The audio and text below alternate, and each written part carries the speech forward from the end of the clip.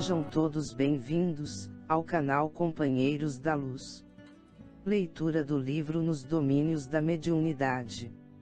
Coleção A Vida no Mundo Espiritual, obra do Espírito André Luiz, por Chico Xavier. Iniciemos então a leitura do capítulo 29. Anotações em serviço. De retorno ao lar de Aulus, ocorreu-me auscultar-lhe a opinião com respeito a diversos problemas, sempre vivos ao redor de quantos se dedicam ao estudo de questões mediúnicas, na atualidade terrestre. Em companhia do orientador, havíamos tocado de relance, mas seguramente, palpitante material, que nos facultará excelente curso educativo. Examináramos, de perto, entre encarnados e desencarnados, a assimilação de correntes mentais, a psicofonia, a possessão, o desdobramento, a clarividência, a clareaudiência, as forças curativas, a telepatia, a psicometria e a materialização, além de alguns dos temas de importância central da mediunidade, como sejam o poder da prece e a fixação mental, a imersão do subconsciente, a licantropia, a obsessão, a fascinação, a lei de causa e efeito, o desdobramento no leito de morte e as energias viciadas, tudo isso sem necessidade de recurso a complicações terminológicas. Não obstante nosso respeito à ciência humana, indagávamos intimamente por que motivo tanto embaraço verbalístico em sucessos comuns a todos, quando a simplificação seria bem mais interessante. Os metapsiquistas chamavam criptestesia a sensibilidade oculta, críptica, e batizaram o conhecimento de fatos sem o concurso dos sentidos carnais com a palavra metagnomia. Dividiam os médiuns, sujeitos, na terminologia de alguns investigadores, em duas categorias, os de faculdades psicológicas inabituais e os de faculdades mecânico-físico-químicas. E por aí afora. Por que não aplanar tais dificuldades de expressão? Afinal, refletia eu, a mediunidade, na essência, consulta o interesse da humanidade inteira. Acalentava tais pensamentos, quando Aulus, observando-me, por certo, a crítica meditada, considerou: a mediunidade, indubitavelmente, é patrimônio comum a todos, entretanto, cada homem e cada grupo de homens no mundo registram-lhe a evidência a seu modo. De nossa parte, é possível abordá-la com a simplicidade evangélica, baseados nos ensinamentos claros do Mestre, que esteve em contato incessante com as potências invisíveis ao homem vulgar, curando obsidiados, levantando enfermos, conversando com os grandes instrutores materializados no Tabor, ouvindo os mensageiros celestiais em Getsemane e voltando ele próprio a comunicar-se com os discípulos, depois da morte na cruz. Entretanto, a ciência terrestre, por agora, não pode analisá-la sem um rigor da experimentação. O assistente fez ligeira pausa e prosseguiu: não importa que os aspectos da verdade recebam vários nomes, conforme a índole dos estudiosos. Vale a sinceridade com que nos devotamos ao bem. O laborioso esforço da ciência é tão sagrado quanto o heroísmo da fé. A inteligência, com a balança e com a retorta, também vive para servir ao Senhor. Esmerilhando os fenômenos mediúnicos e catalogando-os, chegará ao registro das vibrações psíquicas, garantindo a dignidade da religião na Era Nova. Não desejava, porém, situar a conversação nos domínios científicos. Nosso aprendizado atingia o marco final. Aquela era a última noite em que podíamos desfrutar a sábia companhia do orientador e propunha-me ouvi-lo quanto à mediunidade em si. Por essa razão, provoquei o diálogo que passarei a desdobrar. É justo que a ciência não examine o campo mediúnico por nosso prisma, aleguei. A lógica e a experimentação positiva caminham por estradas muito diferentes daquelas que conhecemos no itinerário da intuição. No entanto, nas próprias correntes do espiritualismo, vemos a mediunidade atormentada pelas mais diversas interpretações. Que pretende você dizer, André? Falou o instrutor, com brandura. Lembro-me daqueles irmãos que acoimam os médiuns de insanos e loucos, aconselhando a segregação dos estudantes da verdade em templos de iniciação, a deliberada distância dos sofredores e dos ignorantes que contamos no mundo por legiões inumeráveis. Ah, sim, o santuário de iniciação religiosa, qualquer que ele seja, é para nós venerável como posto avançado de distribuição da luz espiritual. Entretanto, os que fogem dentro dele à lei da cooperação, isolam-se na torre de marfim do orgulho que lhes é próprio, fixando-se em discussões brilhantes e estéreis. Tais companheiros assemelham-se a viajantes agrupados em perigosa ilha de repouso, enquanto os nautas corajosos do bem suam e sofrem na descoberta de rotas seguras para o continente da fraternidade e da paz.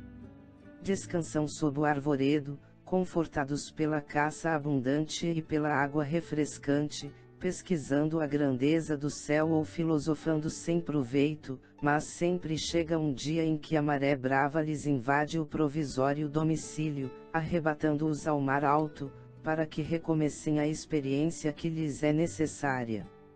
Muitos estudiosos da nossa esfera de realização no mundo asseveram que será lícito cultivar tão somente o convívio com os gênios superiores da espiritualidade, relegando as manifestações mediúnicas vulgares à fossa da obsessão e da enfermidade, que, na opinião deles, devem ser entregues a si mesmas, sem qualquer atenção de nossa parte.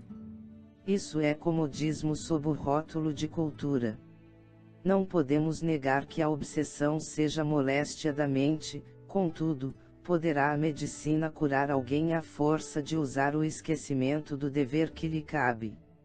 Os gênios realmente superiores da espiritualidade jamais abandonam os sofredores e os pequeninos. À maneira do sol que clareia o palácio e a furna, com o mesmo silencioso devotamento auxiliam a todos, em nome da providência. Há companheiros no espiritualismo que não suportam qualquer manifestação primitivista no terreno mediúnico. Se o médium não lhes corresponde à exigência, revelando-se em acanhado círculo de compreensão ou competência, afastam-se dele, agastadiços, categorizando por fraude ou mistificação valiosas expressões da fenomenologia. Aulus sorriu e comentou: serão esses, provavelmente, os campeões do menor esforço. Ignoram que o sábio não dispensou a alfabetização no começo da existência, e de certo, amaldiçoam a criancinha que não saiba ler. Semelhantes amigos, André, olvidaram o socorro que receberam da escola primária, e solicitando facilidades à maneira do morfinômano que reclama entorpecentes, viciam-se em atitudes deploráveis à frente da vida, de vez que tudo exigem para si, desrespeitando a obrigação de ajudar aos que ainda se encontram na retaguarda. Há quem diga que o espiritismo age erradamente, abrigando os desequilibrados e os enfermos, porque, com isso, oferece a impressão de uma doutrina que, à força de ombrear com a loucura para socorrê-la, vai convertendo seus templos de oração em vastos refúgios de alienados mentais. Simples disparate dos que desertam do serviço ao próximo. A medicina não sofre qualquer diminuição por prestar auxílio aos enfermos. Honrada pelos hospitais em que atua, engrandece-se à medida que se agiganta na obra assistencial aos doentes. O espiritismo não pode responsabilizar-se pelos desequilíbrios que lhe pedem amparo, tanto quanto não podemos imputar ao médico a autoria dos males que lhe requisitam a intervenção. Aliás, temos nele o benfeitor da mediunidade torturada e da mente doentia, propiciando-lhes o bálsamo e o esclarecimento indispensáveis ao reajuste. É muito fácil inventar teorias que nos exonerem do dever de servir, e muito difícil aplicar os princípios superiores que esposamos, utilizando-nos, para isso, de nossa cabeça e de nossas próprias mãos. Se a recuperação do mundo e de nós mesmos estivesse circunscrita a lindas palavras, o Cristo, que nos constitui o padrão de todos os dias, não precisaria ter vindo ao encontro dos necessitados da terra. Bastaria enviar-se proclamações angélicas à humanidade, sem padecer-lhe, de perto, a incompreensão e os problemas. Felizmente, porém, os espiritualistas conscientes e sensatos, estão aprendendo que o nosso escopo é reviver o Evangelho em suas bases simples e puras, e que o Senhor não nos concede o tesouro da fé apenas para que possamos crer e falar, mas também para que estejamos habilitados a estender o bem, começando de nós mesmos. Há igualmente quem afirme que em todos os processos da obsessão funciona, implacável a lei de causa e efeito, e que por isso, não vale interferir em favor da mediunidade atormentada. Mera argumentação do egoísmo bem nutrido. Isso seria o mesmo que abandonar os doentes, sob o pretexto de que são devedores perante a lei. Todos lutamos por ressarcir compromissos do passado, compreendendo que não há dor sem justificação, e se sabemos que só o amor puro e o serviço incessante são capazes de garantir-nos a redenção, uns à frente dos outros, como desprezar o companheiro que sofre, em nome de princípios a cujo funcionamento estamos submetidos por nossa vez? Hoje, é o vizinho que amarga as consequências de certas ações efetuadas à distância, amanhã seremos nós a colher os resultados de gestos que nos desabonavam o passado e que agora nos afligem o presente. Se falece a cooperação entre as vítimas do espinheiro, de certo será muito mais longa e difícil para cada um a tarefa salvadora. Não faltam igualmente os que supõem não devamos atender a qualquer problema de mediunidade complexa, porque, dizem eles, cada criatura deve procurar a verdade por si. Admitem que as religiões não passam de muletas, e que a ninguém assiste à faculdade de socorrer-se de instrutores, em assuntos da própria orientação. Aulus esboçou um gesto de bom humor e redarguiu. Isso seria suprimir a escola e vilipendiar o amor imanente na criação inteira. A religião digna, qualquer que seja o templo em que se expresse, é um santuário de educação da alma, em seu gradativo desenvolvimento para a imortalidade.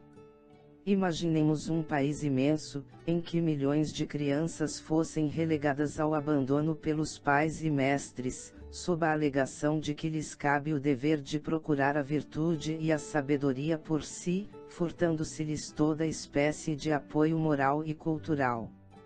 Imaginemos um campo enorme superlotado de enfermos, aos quais eminentes médicos recomendassem procurar a saúde por si mesmos, confiando-se à própria sorte. Onde estaria a lógica de semelhantes medidas? A interdependência mora na base de todos os fenômenos da vida. O forte é tutor do fraco. O sábio responsabilizar-se-á pelo ignorante. A criancinha na terra não dispensa do concurso dos pais. O instrutor fez ligeiro intervalo e prosseguiu. É preciso considerar que nem todos possuem idêntica idade espiritual e que a humanidade terrestre, em sua feição de conjunto, ainda se encontra tão longe da angelitude quanto a agressiva animalidade ainda está distante da razão perfeitamente humana. É muito cedo para que o homem se arrogue o direito de apelar para a verdade total. Por agora, é imprescindível trabalhar intensivamente, com devoção ardente e profunda ao bem, para atingir mais amplo discernimento das realidades fragmentárias ou provisórias que o cercam na vida física, e considerada a questão nesse aspecto, estejamos convictos de que a ausência de escolas do espírito, ou a supressão dos instrutores, constituiriam a multiplicação dos hospícios e o rebaixamento do nível moral, porque sem o apelo à dignificação da individualidade, em processo de crescimento mental e de sublimação no tempo, não poderíamos contar senão com a estagnação nas linhas inferiores da experiência. Havíamos, contudo, atingido o fim da viagem. O lar-santuário em que o assistente residia levantava-se, agora, ao nosso olhar. Trabalhemos com bom ânimo, disse-nos ainda o orientador, o tempo conjugado com o serviço no bem é o alicerce de nossa vitória. No dia imediato, Aulus deveria partir no rumo de elevada missão à distância. Por isso, prometeu-nos o abraço de adeus para a manhã seguinte. Chegamos ao final deste capítulo. Não percam o próximo e último de número 30. Últimas páginas. Muito obrigado, boa reflexão, que Jesus abençoe a todos.